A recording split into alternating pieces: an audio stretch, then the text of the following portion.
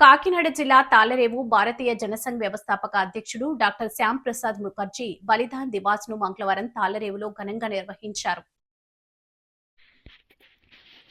BJP మండల అధ్యక్షులు యనమాండ్ర విజయకుమార్ అధ్యక్షతన జరిగిన కార్యక్రమంలో నేతలు మాట్లాడుతూ ముఖర్జీ 33 ఏళ్లకే కోల్కతా యూనివర్సిటీ వైస్ ఛాన్సలర్గా చేసి రికార్డు సృష్టించారని తెలిపారు. హిందూ మహాసభ అధ్యక్షులుగా, ఆర్ఎస్ఎస్ కార్యకర్తగా హిందుత్వ భావజాలంతో పనిచేశారన్నారు. కాంగ్రెస్ వాదిగా జీవితం ప్రారంభించి మాజీ ప్రధాని దివంగత జవహర్లాల్ నెహ్రూ మంత్రివర్గంలో పరిశ్రమల శాఖ మంత్రిగా పనిచేసి దేశాభివృద్ధికి కృషి చేశారన్నారు. అనంతరం పరిణామాలతో కాంగ్రెస్ నుంచి బయటకు వచ్చి 370 ఆర్టికల్కు వ్యతిరేకంగా జనసంఘ్ను స్థాపించి ఉద్యమం చేశారన్నారు. ఈ సందర్భంగా ఆయన చిత్రపటానికి పూలమాలలు వేసి ఘనంగా నివాళులు అర్పించారు. ఈ కార్యక్రమంలో దూడల శంకరనారాయణమూర్తి, విత్తనాల కరిమల స్వామి, సత్తిబాబు, మరియమ్మ, అజయ్ వర్మ, మేడిశెట్టి పవన్ కుమార్ తదితరులు పాల్గొన్నారు. జరుగుతుంది. డాక్టర్ శ్యామ్ ప్రసాద్ ముఖర్జీ గారి గురించి క్లుప్తంగా చెప్పాలంటే వారు 1901 సంవత్సరం జూలై 6వ తేదీన కలకత్తాలో జన్మించిన తర్వాత 33 సంవత్సరాలకే వారు కలకత్తా యూనివర్సిటీకి వైస్ ఛాన్సలర్గా పనిచేసినటువంటి మహోన్నత వ్యక్తి శ్యామ్ ప్రసాద్ ముఖర్జీ గారు.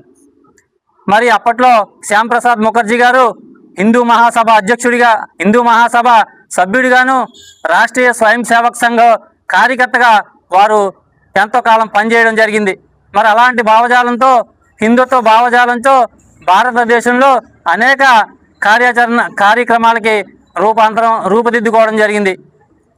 నెహ్రూ గారి మంత్రివర్గంలో ఆయన కాంగ్రెస్ వాదిగానే రాజకీయ జీవితం ప్రారంభించడం జరిగింది. నెహ్రూ గారి మధ్యంతర ప్రభుత్వంలో ఆయన పరిశ్రమల శాఖ మంత్రిగా కూడా పనిచేయడం జరిగింది. చాలా దారుణమైనటువంటి రోజు ఇది. చరిత్రలో చాలా దయనీయమైనటువంటి సంఘటన జరిగినటువంటి, గుర్తుపెట్టుకోదగినటువంటి రోజు. ఎందుకంటే అంతా ఒకటే, అందరూ ఒకటే అనే నినాదంతో దేశవ్యాప్తంగా అఖండ భారతావని సాధించి అందరూ బాగుండాలని కోరుకునేటటువంటి వ్యక్తి అయినటువంటి శ్యామ్ ప్రసాద్ ముఖర్జీ గారు బలిదాన్ దివాస్ రోజు ఈరోజు. ఎందుకంటే ఈయన చాలా సామాజిక వ్యవస్థల్లో పాల్గొని దేశమంతా బాగుండాలని కోరుకునేటటువంటి మహనీయమైనటువంటి వ్యక్తి. అటువంటి వ్యక్తిని ఆయన యొక్క సిద్ధాంతాలు అవి తీసుకెళ్లాలనే ఒక ప్రయత్నంతో ఆయన ముందుకెళ్తుంటే ఆయన యొక్క కార్యాచరణ నచ్చక దేశంలోనే రాజకీయమైన కుట్రదారులు, రాజకీయ ద్రోహులు ఆయన్ని దారుణంగా అణచివేయడం జరిగింది. అందుకోసం ఈరోజు భారతీయ జనతా పార్టీ యొక్క అధ్యక్షులైనటువంటి ఆయన యొక్క మరణదినాన్ని బలిదాన్ దివాస్గా దేశవ్యాప్తంగా జరపడం జరుగుతుంది.